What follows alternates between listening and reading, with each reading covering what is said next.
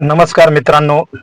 मित्रांनो, माणूस हा समाजप्रिय प्राणी आहे. तो समाजामध्ये जीवन जगत असताना प्रत्येक व्यक्ती हा एक त्याच्या समोर असलेल्या आदर्श महामानवांच्या विचाराप्रमाणे, त्याचबरोबर तो ज्या धर्मामध्ये जीवन जगतो त्या धर्माची जी काही जीवन जगण्याची व्यावहारिक चांगली पद्धत आहे, त्या व्यावहारिक नीती तत्वाप्रमाणे तो जीवन जगण्याचा प्रयत्न करत असतो.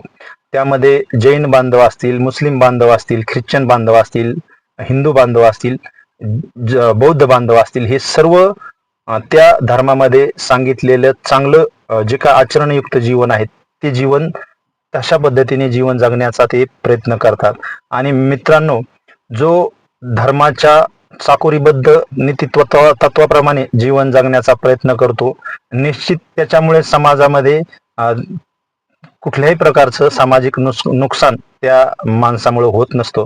परंतु जो व्यक्ती अधर्मी जीवन जगायचा प्रयत्न करतो, जो कुठल्याही नीती तत्वाला मानत नाही, असा व्यक्ती जर एखाद्या समाजामध्ये जीवन जगत असला तर त्याच्यापासून मात्र समाजाला धोका होऊ शकतो.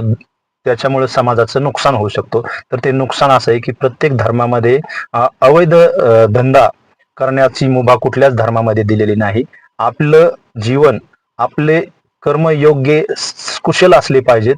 आपली उपजीविका, आपण करीत असलेला व्यवसाय सुद्धा योग्य असला पाहिजे. त्या व्यवसायामुळे कुणाचं नुकसान झालं नाही पाहिजे, असं सुद्धा प्रत्येक धर्मामध्ये सांगितलेलं आहे. आणि मग जो चांगल्या धर्माचं आचरण करणारा माणूस आहे तो असे व्यवसाय निश्चित करत नाही, तो टाळतो. आणि म्हणून मी त्या सर्व जे धर्माचं चांगलं आचरण करतात त्या सर्वांचं मी या ठिकाणी आभार मानतो. आणि जे असे आपल्या व्यवसायामुळे कुणाचं नुकसान होईल, समाजामध्ये व्यसनाधीनता वाढेल, असे व्यवसाय करत असणाऱ्यांना मी या ठिकाणी नम्र आव्हान करतो की आपण ते व्यवसाय करू नये, जे करून समाज लयाला जात आहे.